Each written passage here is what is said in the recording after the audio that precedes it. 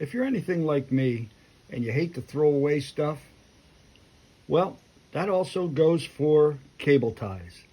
Now let me show you how I reuse and take off a cable tie and save it for another day.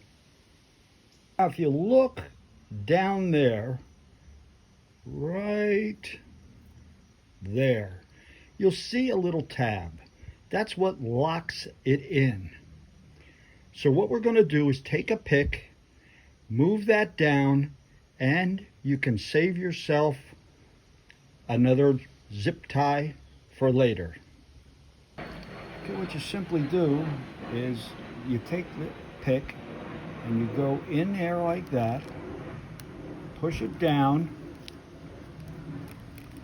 and then your zip tie comes right off. And you can use it another day.